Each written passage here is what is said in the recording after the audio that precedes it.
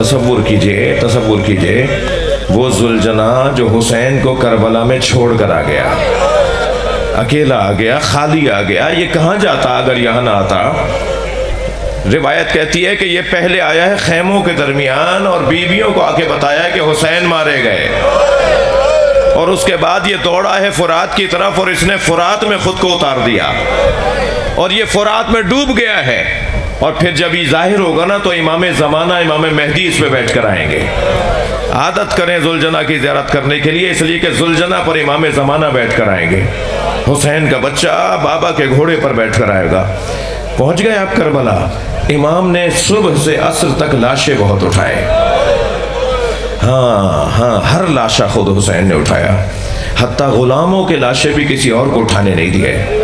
जब बढ़कर कोई कहता था ना मौला ये गुलाम का लाशा है, तो फरमाते थे ये मेरे मेहमान का लाशा है। हुर ने बढ़कर कहा कि ऐ मौला ये मेरा बेटा अली इब्न हुर आपका गुलाम है।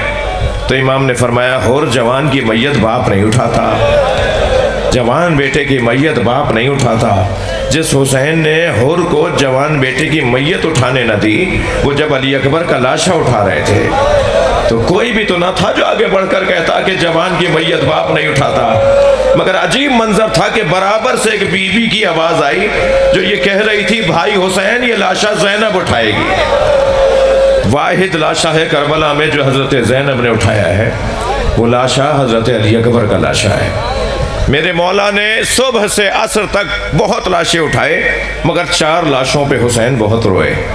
एक लाशा कासिम का लाशा, बीबियां बैठी हैं, खवातीन बैठी हैं, जवान बच्चों की माएँ बैठी हैं। हज़रत कासिम की माँ जनाब उम्मे फरवा को सलाम कीजिए।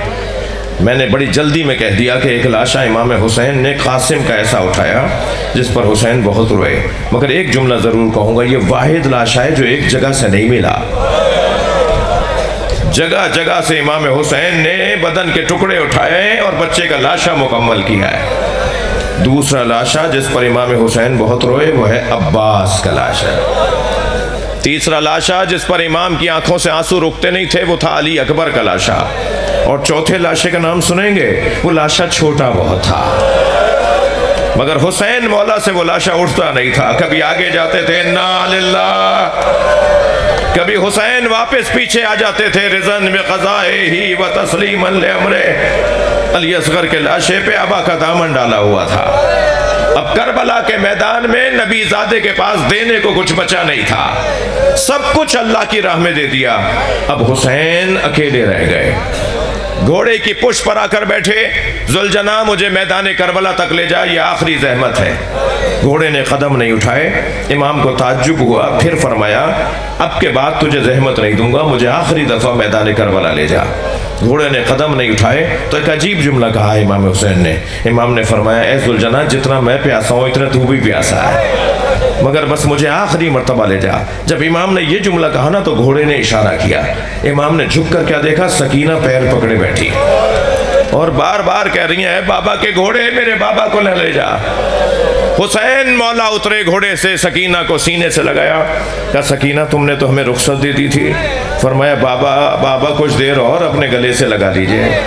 इमाम ने सकीना बच्ची को अपने सीने से लगाया। बीबी ने एक मर्तबा आवाज़ देना शुरू की, बाबा अलविदा, बाबा जाइए।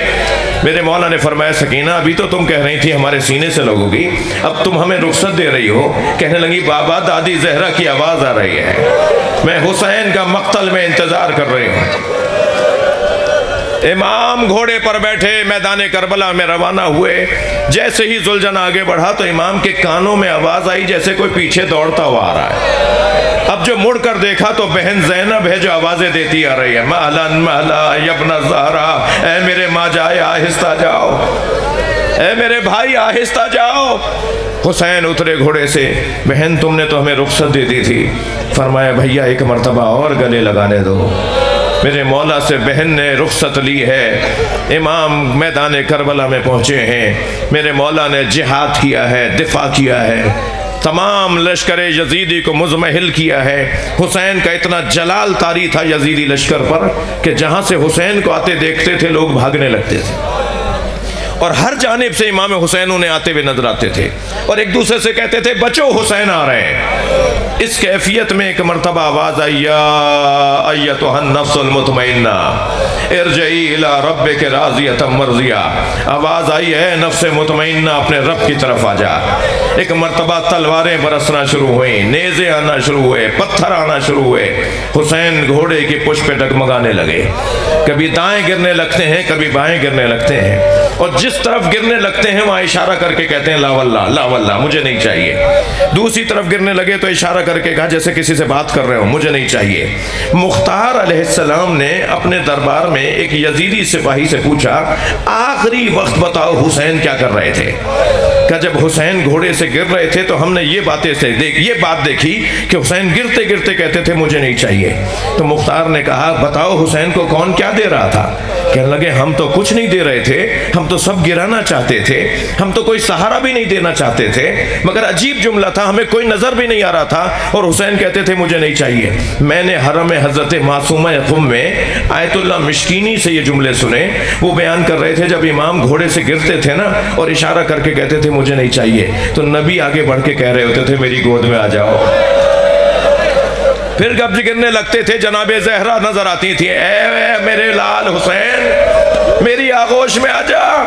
और मेरे मौला फरमाते थे अम्मा ये मेरा इम्तहान है, मुझे खुद ज़मीन करबला पर गिरने दीजिए। इमाम घोड़े से ज़मीन की तरफ आए, बस आखिरी जुमले अज़ादारो, जब इमाम घोड़े से ज़मीन की तरफ आ गए ना तो पिसरे साद उमर इब्ने साद जो करबला के वाक़े का करबला में जिम्मेदार है, जो उबैदुल्लाह इब्ने ज़ियाद और यजीद की तरफ से इमाम हुसैन को मारने का जिम्मेदार था, और लालच ये दी गई थी कि अगर हुसैन का सर ले आए तो हम तुम्हें रय की गवर्नरी दे देंगे, हम तुम्हें रय का गवर्नर बना देंगे। और इमाम ने आखिरी वक्त में फरमाया था, ए पिसरे साद, जिसने तुझे मेरे मारने पर गवर्नर बनाने का वादा किया है ना, वो तुझे रय के जौ के दाने भी नहीं देगा। तू मुझे मार देगा, तुझे गंदुम के दाने भी नहीं मिलेंगे। ये ऐसे लोग हैं कि काम लेने के बाद कहेंगे तूने हुसैन को क्यों मारा।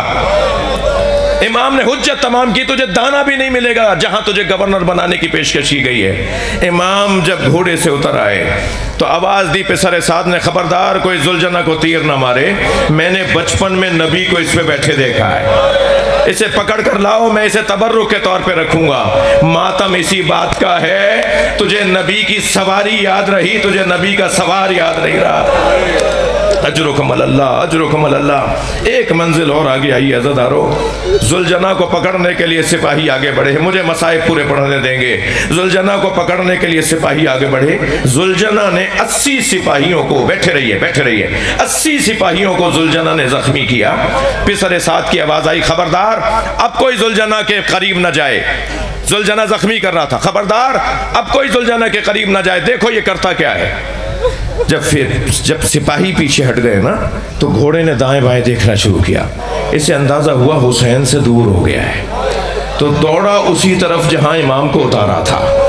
जब ये वहां पहुंचा तो इमाम जहां गिरे थे वहां और लाशें भी पड़े हुए थे, तो ये हर एक लाशे को सूंघता था, ऐसा लग रहा था जैसे अपना फूल तलाश कर रहा हो। और उसी लाशे पे रुका जो इमाम हुसैन का लाशा था।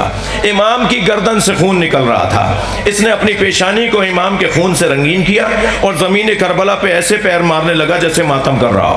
बस आखिरी जुमले हैं, और दौड़ा है खैमों की तरफ, और खैमों में दौड़ने के बाद ढूंढ रहा था सकीना कहाँ है, और उसी खेमे पे जाके रुका जिसमें सकीना बीवी थी, और बाहर जाकर इसने आवाजें लगाई, पैर मारना शुरू किए।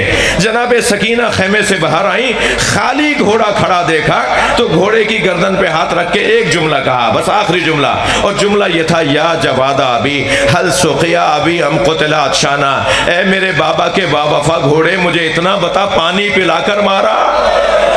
मेरा बाबा प्यासा बहुत था, मेरा बाबा प्यासा बहुत था, या हुसैन या